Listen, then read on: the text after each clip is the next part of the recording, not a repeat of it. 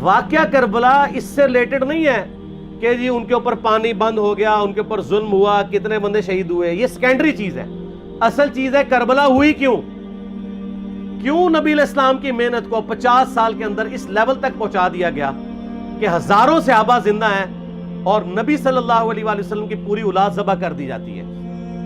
ہم تو یہ کہہ نہیں رہے کہ کیسے ذبح کیا انہوں نے، آری چلائی تھی یا تلوار چلائی تھی، یہ تو واقعہ کربلا تو سب کو پتہ ہے، ان کی شہادت بھی سب کو پتہ ہے. جامعہ ترمذی میں حدیث ہے حسن و حسین جنتی نوجوانوں کے سردار ہیں اور ان کی والدہ جو ہے وہ جنتی عورتوں کی سردار ہیں. اور المستدرک الحاکم میں حدیث ہے حسن و حسین جنتی نوجوانوں کے سردار ہیں اور ان کے والد ان سے بھی بہتر ہیں. تو یہ تو ڈیفینٹ حدیثیں ہیں، یہ تاریخ تو نہیں ہے، نبی علیہ السلام کے فرامین ہیں. تو ان کی موجودگی میں ان کے ساتھ یہ کچھ کیا جائے تو ہم نٹی گریٹیز میں نہیں پڑھتے، ہم اس تھیم کے اوپر کہ یہ کون سی چیز تھی جس نے خلافت راشدہ کو ملوکیت میں بدل دیا، ہم اس تھیم کے اوپر بات کرتے ہیں. ہم کہتے ہیں چھوڑ دیں، بندے ہندے چھوڑیں. الٹیمیٹلی کیا نکلا ہے، کس کی وجہ سے ہوا ہے، وہ تو احادیث کی کتابوں میں موجود ہے. ہم کب کہہ رہے ہیں خفیہ کیمرے لگا گئے جی کس نے گولی پہلا تیر کس نے چلایا، یہ وہ ہم تو بتا رہے کس کے دور حکومت میں ہوا اور ان کا اپنا کردار کیا تھا، اس کو کس طریقے سے لا کے تخت پہ بٹھایا گیا. وہ ساری کی ساری چیزیں تو سامنے ہیں، وہ تاریخ کی کتابیں نہیں ہیں، حدیث کی کتابیں ہیں. اگر آپ کہتے ہیں کہ بخاری مسلم سے ہم نے صرف رفع الیدین کی حدیثیں لینی ہیں یا ایمانیات کی حدیثیں لینی ہیں اور باقی جو بخاری اور مسلم میں آل امیہ کی بدماشیوں کو ننگا کیا گیا ہے وہ ہم نے نہیں لینی ہے، تو سر پھر آپ اپنے آپ کو کلیئر کٹ، پھر ہم آپ سے واقعہ کربلا نہیں ڈسکس کریں گے، حجیت حدیث میں بات کریں گے. آپ کو اپنے آپ کو منکرین حدیث کہنا پڑے گا. یہ آپ اسکروٹنگ کیسے کریں گے؟ اس سے بڑی بات مجھے یہ بتائیں کہ عظمت صحابہ بڑی چیز ہے یا عظمت محمد رسول اللہ صلی اللہ علیہ وآلہ وسلم؟ تو بریلوی یہی تو رونا رو رہے ہیں، وہ کہہ رہے ہیں کہ قرآن میں تھوڑی آیات ہیں. آپ پھر مڑ مڑ کے پڑھتے ہیں قل انما انا بشر مثلکم، اس میں تو نبی علیہ السلام کی تنقیص ہو رہی ہے. تو ہم ان کو کیا کہتے ہیں کہ تنقیص مقصد نہیں، نعوذ باللہ، نہ ہو رہی ہے. آپ افضل البشر ہیں لیکن آپ کی سپیشیز بشر ہے، یہ ہم اپنا عقیدہ سمجھتے ہیں، وہ اس کو تنقیص شمار کرتے ہیں. تو پھر اس وقت آپ بھی بریلویوں کی بات مان کے تو یہ آیات پڑھنا چھوڑ دیا کریں. آپ کہتے ہیں نہیں آیات ہے کیوں نہ بیان کریں، تو ہم بھی کہتے ہیں احادیث ہے کیوں نہ بیان کریں. کہ صحیح بخاری میں حدیث ہے 2812 عمار کو ایک باغی جماعت قتل کرے گی، وہ جماعت دوزخ کی طرف بلا رہی ہوگی اور عمار ان کو اللہ اور جنت کی طرف بلا رہا ہوگا. اب اس کے نرغے میں جو آتا ہے وہ آئے، میں اپنے نبی سے ٹکر لے لوں آپ لوگوں کے منہ کا خیال رکھتے ہوئے کہ میں نبی علیہ السلام کو کہوں کہ آپ نے کیوں ایسی بات کر دی کہ مولا علی کے مخالفین کو آپ نے دوزخ کی طرف بلانے والی جماعت کہہ دیا. تو لیں آپ ٹکر، جائیں سیدھا دوزخ میں. اور تھوڑی جرت کریں، آپ یہ کہا کریں کہ اے اللہ، اپنے لیے کہا کریں کہ اللہ تعالیٰ آپ کا حشر یزید اور یزید کے آباء و اجداد کے ساتھ کرے اور اس کی اولاد کے ساتھ. ہم کہتے ہیں کہ اللہ تعالیٰ ہمارا حشر جو ہے وہ مولا حسن حسین، مولا علی علیہ السلام اجمعین اور اہل بیت کے ساتھ کرے، آمین. اور آپ میں تو اتنی جرت نہیں آپ یہ بات بھی کر سکیں کیونکہ ان کو پتہ ہے. تو نبی علیہ السلام کی احادیث کو بیان کرنے کو یہ سمجھتے ہیں کہ جی اس سے مصیبت کھڑی ہو جائے گی، تو اپنے آپ کو منکرین حدیث ڈکلیئر کریں. پھر حجیت حدیث کا مقدمہ ڈسکس ہوگا، پھر کربلا نہیں ڈسکس ہوگی. اور یہ ٹی وی پہ بھی آ کے مولوی بیٹھے ہوتے ہیں، سنیوں کے بھی شیعوں کے بھی، مڑ مڑ کے جی وہ یزید نے یہ کر دیا. وہ یزید نے کیا کیا ہے یار؟ وہ تو سسٹم کا نمائندہ بن کے آیا جو پیچھے سے خراب تھا. یزید کو لے کے بیٹھے ہیں، یزید یزید یزید یزید. بھائی پیچھے سے معاملہ خراب ہوا بھائی. اگر نہیں یقین آتا تو یہ بخاری مسلم کی میں نے آلموسٹ 200 سے زیادہ احادیث مین اسٹریم کی کتابوں سے اکثر بخاری مسلم سے جمع کیے، پڑھیں. اور سر میں نے تو ان کو چیلنج دیا ہے یہ حدیثیں پڑھ کے نا اپنے ممبروں سے صرف ان حدیثوں کی تشریح اپنی پبلک کے سامنے کر دیں. نہیں کر سکتے تو وہ لعنت کے مستحق تو ہو رہے ہیں نا، حق چھپا کے. اور قیامت دن کے منہ پہ لگام ڈالیے اور پھر مڑ مڑ کے کہتے ہیں نہیں جی وہ کچھ چیزیں خاص ہوتی ہیں وہ عوام الناس کے سامنے نہیں کرنی چاہیے. وہ صحابہ کرام بھی بعض اوقات ایسی باتیں پبلکلی نہیں کرتے تھے. میں نے اس کے اوپر بڑا ایک میرا کلپ ہے یوٹیوب پہ، مولا علی سے متعلق 5 جھوٹ. تو میں نے کافی ساری چیزیں اس میں ڈسکس کی ہیں. لیکن میں یہ کہتا ہوں کہ اللہ کے بندو جو چیزیں نبی علیہ السلام نے منع کی ہیں بیان کرنے سے وہ تو ہم ڈسکس کر بھی نہیں رہے. میں نے آج تک آپ کو منافقین کے نام بتائے ہیں؟ آپ نے حذیفہ ابن یمان کو بتائے تھے نا آپ صلی اللہ علیہ وسلم نے, صحیح بخاری میں آتا ہے. تو میں نے آپ کو بتائے, آپ رازدار رسول تھے, ختم ہوگی بات. میں نے کبھی ڈسکس کی ہے؟ اگرچہ میں نے صحیح مسلم کی حدیث 7035 نمبر ڈسکس کی ہے کہ نبی علیہ السلام نے فرمایا میرے صحابہ میں 12 منافق ہیں, وہ کبھی بھی جنت میں داخل نہیں ہوں گے یہاں تک کہ سوئی کی ناکے سے اونٹ نہ گزر جائے, اور ان میں سے 8 ایسے ہیں جس کی کمر پہ دوبیلا پھوڑا نکلے گا. میں نے آج تک آپ کو بتایا کہ کس کس کی کمر پہ دوبیلا پھوڑا نکلا اور اس کی موت اسی پھوڑے میں ہوئی ہے, بتایا؟ تو میں تو وہ چیزیں ڈسکس بھی نہیں کر رہا, میں وہ چیزیں ڈسکس کر رہا ہوں جو نبی علیہ السلام نے علامات النبوہ میں بتائی ہیں. یہ امام بخاری حدیث نبوت کی دلیل کے چیپٹر میں لے کے آئے ہیں, اور امام بہقی نے 3500 احادیث پر مشتمل ایک کتاب لکھی ہے دلائل النبوہ, کہ ہم نبی صلی اللہ علیہ وسلم کو نبی کیوں مانتے ہیں, اس کے اوپر. اور اس میں یہ ساری حدیثیں عمار ابن یاسر کے قتل والی لے کے آئے ہیں, بتانے کے لیے کہ دیکھیں ہمارے نبی علیہ السلام کی نبوت کی دلیل ہے کہ آپ نے اپنی وفات کے آلموسٹ 30 سال کے بعد ہونے والے واقعے کو پہلے ہی بتا دیا.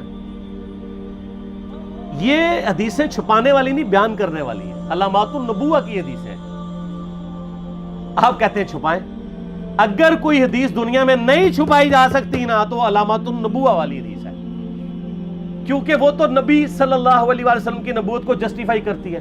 ورنہ میرا ایک معصومانہ سوال ہے کہ نبی صلی اللہ علیہ وسلم نے یہ باتیں کر کے ان کے زوم میں نعوذ باللہ امت کو مصیبت میں ڈال دیا. آپ نے خود ہی فرمایا کہ یہ ہوگا. کیوں فرمایا آپ نے؟ میں تو بیان کر کے مجرم ہوں, تو جس نے مجھے خبر دی ہے ان کے بارے میں آپ کا کیا خیال ہے؟ یہ مسند احمد کی حدیث یہ میں نے گھر بیٹھ کے بنائی ہے کہ میری بیوی کا کیا حال ہوگا جس پہ ہوپ کے کتے بھونکیں گے. تو سیدہ عائشہ سے مجھ سے زیادہ نبی علیہ السلام کو محبت تھی, لیکن آپ اللہ کے پیغمبر تھے, آپ نے اپنے گھر کی خبر بھی نہیں چھپائی, بتا دی کہ یہ ہوگا. اور اس سے بڑھ کے آپ صحیح بخاری میں دیکھیں عمار ابن یاسر کا خطبہ ہے. میں نے یہ سارا, پریشان نہیں ہونا, یہ ریسرچ پیپر میں سارا کچھ موجود ہے, اور کوئی چیز بھی ایسی نہیں جو اس میں سکپ ہو. صحیح بخاری میں خطبہ ہے کہ عمار ابن یاسر کو مولا علی نے بھیجا کوفے میں. کوفے والے نیوٹرل ہو گئے تھے کیونکہ بصرہ سے سیدہ عائشہ آ رہی تھیں, اور وہاں پہ انہوں نے کہا نہ ہم سیدہ عائشہ کا ساتھ دیں گے نہ مولا علی کا دیں گے. تو عمار ابن یاسر کو تیار کرنے کے لیے, یعنی وہاں کے جو عوام تھی اس قتال کے لیے, مولا علی نے بھیجا. تو سیدنا عمار ابن یاسر نے وہاں پہ کوفے کے منبر پہ خطبہ دیا. بخاری کے الفاظ ہیں, اوپر والی سیڑھی پہ عمار ابن یاسر نے حسن ابن علی کو بٹھایا, حالانکہ حسن ابن علی سے 4 گنا بڑی عمر تھی عمار ابن یاسر کی, 90+ ہو چکے ہوئے تھے, 3-4 گنا ان کی عمر تھی, لیکن اہل بیت کا احترام کیا. خود نچلی سیڑھی پہ بیٹھے. بخاری کے الفاظ ہیں کہ اے لوگو اللہ نے تمہیں آزمایا ہے, ایک طرف دنیا اور آخرت میں تمہارے نبی کی بیوی ہے سیدہ عائشہ, دنیا اور آخرت میں, یعنی عزت اپنی جگہ قائم. یہاں لوگ سمجھتے ہیں کسی کی غلطی آ گئی تو پتہ نہیں کیا ہو گیا, وہ یار اس کا مرتبہ اپنی جگہ ہے, غلطی اپنی جگہ ہے, پیغمبر نہیں ہے وہ. اور دوسری طرف علی ابن ابی طالب ہے. اللہ اب دیکھے گا تم عائشہ کی اطاعت کرتے ہو یا اللہ کی, علی کی نہیں اللہ کی. کیوں؟ یا ایھا الذین آمنوا اطیعوا اللہ و اطیعوا الرسول و اولی الامر منکم. ان کا اولو الامر مولا علی ہیں, ان کی اطاعت واجب ہے. یہ اللہ نے آزمایا ہے کہ اللہ کی اطاعت کرتے ہو یا عائشہ کی. اور آپ حیران ہوں گے, یہ حدیث امام بخاری حضرت عائشہ کی فضیلت والے چیپٹر میں لے کے آئے ہیں. اگر امام بخاری مشورہ کر لیتے نا ناسبیوں سے تو انہوں نے کہا تھا سر آخری صحیح رکھو, پچھلے والا رہن دو,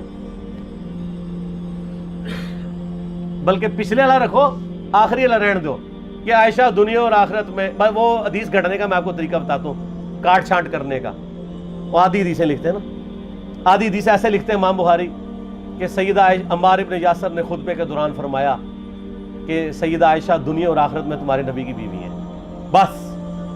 لیکن امام بخاری نے پوری حدیث لی ہے, آگے وہ بھی ڈالا ہے کہ اللہ آزما رہا ہے کہ عائشہ کی اطاعت کرتے ہو یا اللہ کی؟ جیسے آپ کے علماء کر رہے ہیں. صحیح مسلم کی حدیث 6488 آدھی بیان کرتے ہیں سارے مولوی، بریلوی، دیوبندی، اہل حدیث سب. میرے صحابہ کو برا مت کہو. اگر تم میں سے کسی نے احد پہاڑ کے برابر بھی سونا خیرات کر دیا اور میرے صحابہ نے ایک مد یعنی 600 گرام خیرات کی، آدھا کلو، اس کے آدھے کو بھی نہیں پہنچ سکتا بس. حالانکہ یہ مسلم کی حدیث سٹارٹ اس سے ہوتی ہے کہ عبد الرحمن بن عوف کو خالد بن ولید نے گالیاں دی جھگڑے کے دوران. حالانکہ دونوں مسلمان تھے، دونوں صحابی تھے. آپ نے حضرت خالد بن ولید کو بلا کے ڈانٹا، فرمایا تم میرے صحابہ کو برا مت کہو. تو خالد بن ولید نے تو آگے سے نہیں کہا حضور میں بھی صحابی ہوں. ان کو پتا تھا کہ عبد الرحمن بن عوف نے اس وقت اسلام قبول کیا جب اسلام کا مطلب تھا مار، تکلیف اٹھانا، اور خالد بن ولید نے گولڈن پیریڈ میں صلح حدیبیہ کے بعد اسلام قبول کیا. میں اب تم لوگ یہ کر رہے ہو، تم لوگ اگر احد پہاڑ کے برابر بھی سونا خیرات کر دو، یعنی صلح حدیبیہ کے بعد والے لوگ میرے ان کے برابر نہیں ہو سکتے. اور جو فتح مکہ پہ معافی مانگ کے مسلمان ہوئے ہیں طلقاء، مؤلفۃ القلوب آل امیہ، ان کا تو لیول ہی کچھ نہیں ہے. یہاں تو خالد بن ولید کے بارے میں یہ بات کی جا رہی ہے. اور پھر وہ مؤلفۃ القلوب اپنے زمانے میں ممبروں پہ سب و شتم کروائیں سیدنا علی پر. تو سب سے پہلے تو ان کو کہنا چاہیے جن کے بارے میں حدیث تھی کہ تم صحابہ کو گالی مت دینا. ہم نے تو خیر کبھی دی بھی نہیں ہے. اور میں یہ آخری جملہ ان کو ایسا بولتا ہوں کہ جو ان کے دماغ تک ڈرل کر جائے گا کہ آل امیہ نے جو کچھ اپنے دور کے اندر سیدنا علی کی گستاخیاں کی ہیں نا، ہم نے تو ویسی کوئی ایک گستاخی بھی آل امیہ کے بارے میں نہیں کی ہے. میں نے آج تک آل امیہ کے اوپر بائی نیم کسی کے اوپر لعنت کی ہے؟ حالانکہ یہ مولا علی پہ کرتے رہے. یہ ہے لعنتی خود ہو گئے نا. جب مولا علی پہ لعنت کی تو لوٹ آئی. مسند ابی اعلیٰ میں صحیح سند کے ساتھ حدیث موجود ہے، مسند احمد میں بھی موجود ہے کہ سیدنا علی کو جس نے گالی دی اس نے رسول اللہ کو گالی دی صلی اللہ علیہ وسلم. جب ام سلمہ نے کہا تھا، شیخ زبیر صاحب نے اس کو تحکیم میں صحیح لکھا ہوا ہے فوٹ نوٹ کے اوپر، کہ لوگوں تمہارے ممبروں پر رسول اللہ کو گالیاں دی جاتی ہیں. تو انہوں نے کہا معاذ اللہ، ہم کب کہیں گے، ایسا نہیں ہو سکتا. تو ام سلمہ نے کہا تم لوگ علی اور اس سے محبت کرنے والوں پہ گالی گلوچ نہیں کرتے ہو کیا؟ جبکہ میں نبی کی بیوی کہتی ہوں کہ سب سے زیادہ رسول اللہ سے محبت، سیدنا علی سے محبت نبی صلی اللہ علیہ وآلہ وسلم کرتے تھے. لہٰذا جب یہ تم کہتے ہو نا علی پر لعنت، علی سے محبت کرنے والوں پہ لعنت، تو یہ لعنت تو تم نبی علیہ السلام تک لے کے جا رہے ہو نعوذ باللہ. کیونکہ علی سے محبت کرنے والا تو پہلے نمبر پہ نبی صلی اللہ علیہ وآلہ وسلم ہے. اور پھر کہتے ہیں سب کا مطلب تنقید ہے. اور نہ، پرانیاں گلاں، پرانے بابے، پرانے بزرگ، جھوٹے ہو. صحیح مسلم کھولو 6229 غدیر خم سے اگلی حدیث، لعن اللہ ابا التراب کے الفاظ ہیں. مٹی والے ابن ابی طالب پر لعنت، یہ الفاظ موجود ہیں. سب کا ترجمہ لعنت ہی ہے، تنقید نہیں ہے. اچھا پھر میرا معصومانہ سوال ہے کہ اس کا مطلب ہے صحابہ پہ تنقید کرنا اچھا کام ہے؟ کہیں گے نہیں. تو بتاؤ یہ برا کام کون کرتا تھا؟ شیعہ کا ابا کون ہے؟ رافضیوں کا ابا کون ہے؟ آل امیہ.